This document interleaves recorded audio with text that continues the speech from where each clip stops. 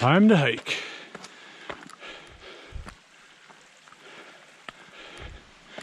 I am in Wilson Canyon, mile and a half from home. Just got a nice warm up in. Got 800 feet of climbing in 30 minutes. But today is super chill, longer day. Keeping it in zone 2, zone 3. Yesterday was really hard. So today is my endurance day. And with the climbing, I'm really staying religious to my heart rate, and I'm running when I can to keep it in zone 2, zone 3.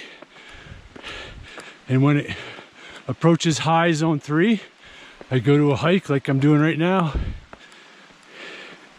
until it comes down to maybe zone 2, or maybe it stays there. Just let the heart rate dictate. As soon as it drops, I start running again.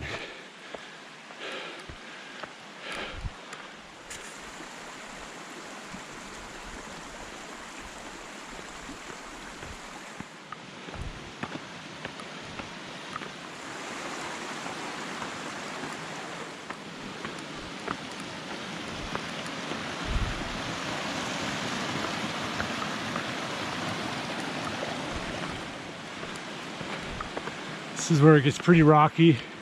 It's kind of not too runnable anyway, so it's just a good trail for what I'm doing today. And like I mentioned last week, I'm gonna commit to doing more around home and exploring the terrain and trails around home this year.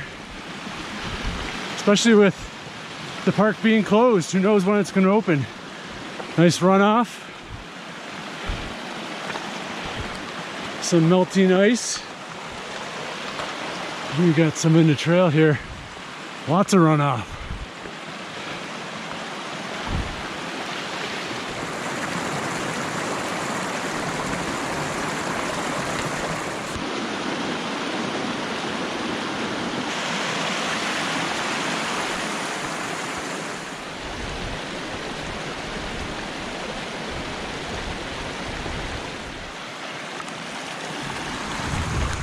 And a little bit of snow.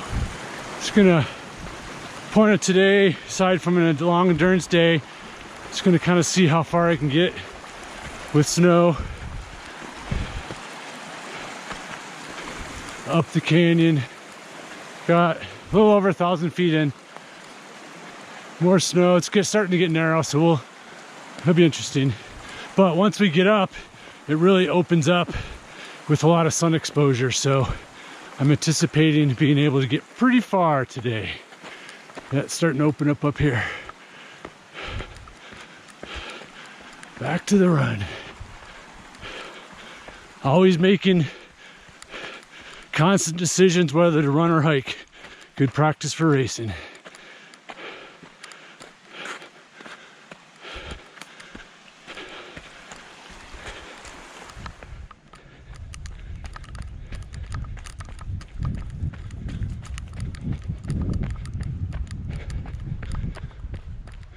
With a run like this, it's really important to know your purpose before starting out. Of a nice, long, easy day, very aerobic. It would be really, really easy for me to go too hard on this. Again, I've got 1,200 feet of climbing in and 45 minutes. So it's super easy to go too hard, which would then maybe just make me too tired for all other workouts starting next week. So super important to decide before you head out, so you stay honest with yourself. You can see we're up out of the trees high enough.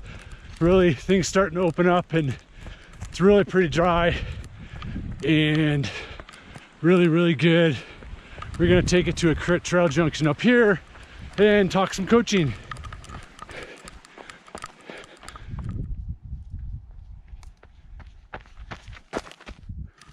Starting to hit a little more snow, so I'm gonna get up high and just see what it looks like. I might just turn around here or sit and talk here. Yeah, a lot of snow in there. And I don't want to Again, I mentioned it before, you got to be a little trail sensitive. The more you try to get through the mud, the more rutted the trail gets, and when things start to dry out, it gets real rutted and just not very good for running, hiking, biking. So I'm gonna be sensitive to the terrain and turn around here. But about a month and a half ago, I started a new series on the channel called The Art of Running. And the purpose of this, I had this idea of just taking some real fundamental aspects of running and covering the art behind achieving whatever the particular topic is that day. And I've done the easy long run, things like that. So I'll attach the last one at the end of the video so you can check that out if you haven't. But today I wanted to carry on with that series and do the art of the Fartlek run. And I'm sure y'all have heard Fartlek used in running, and if not, it's a Swedish term used for speed play. And if we look back at all the running cultures, whether it's the Native Americans, whether it's the Tarahumara Indians, the Incas, any native peoples who are runners have always done a form of Fartlek training, whether it's in their ball game, whether the Zuni kick stick games, the Zunis of the Southwest would have a little stick, maybe 4 or 5 inches long, and they would kick that for games. They would also have relay races within the little community of their people, and the people would come out and watch, and they would do relays back and forth. And so again, looking back, they've always been this form of Fartlek, and Fartlek is essentially short, fast running with short rests in between.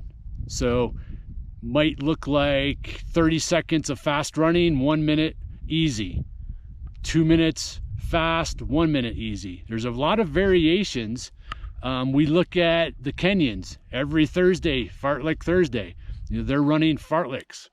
And so this is just a big staple for something that you can do year round.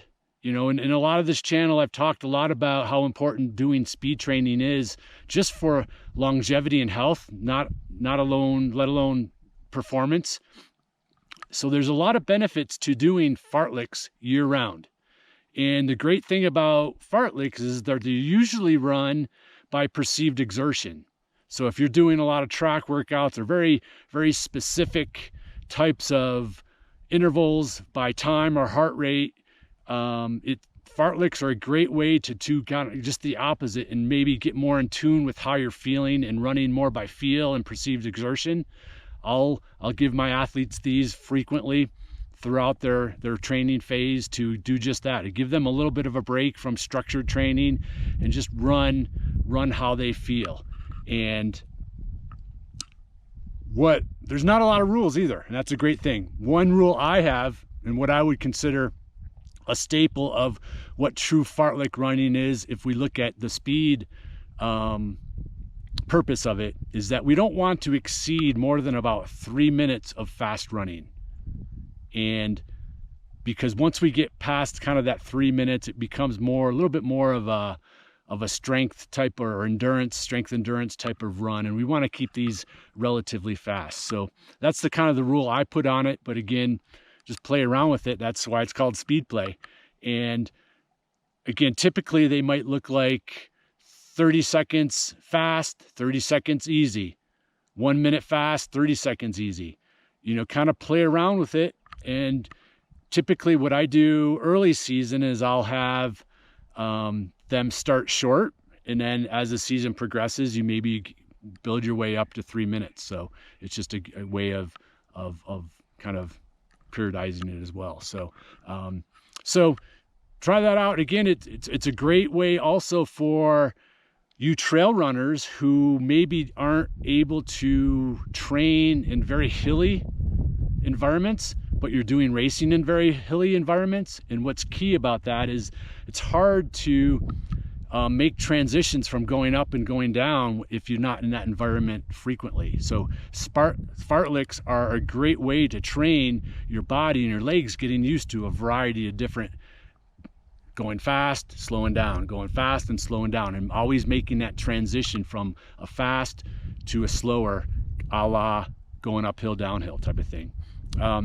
Another, in my book, I have a whole section on run personality and how maybe you can fit yourself into a certain personality that dictates what type of run training you enjoy. And so some people don't enjoy going to the track, or they don't. Right now during pandemic, we don't have access to the track. All the tracks are closed. Or maybe you live in an urban environment. And Fartlek is a great style of speed training that fits into those environments where, hey, you're in an urban environment, sprint for a block and recover while you're having to wait for traffic, and then sprint again.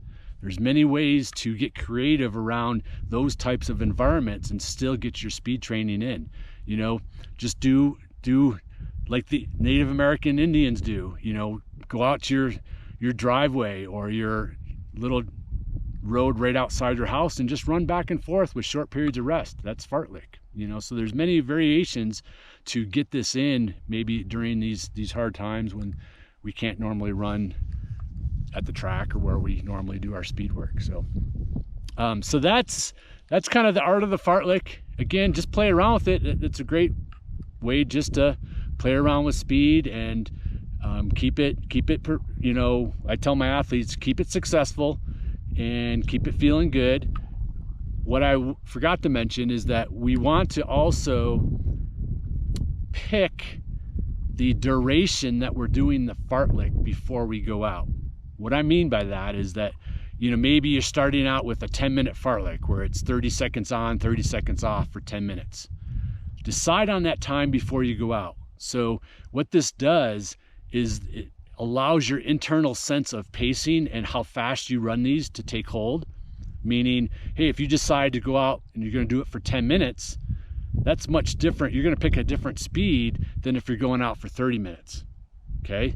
And the duration of the interval itself might be different based on what your chosen overall cumulative time you're doing the Fartlek for. So decide on that before you go out and stick with it. So again, your internal sense of pacing and effort take hold, and you can kind of dial into that to keep it successful. So, all right, so the art of the Fartlek.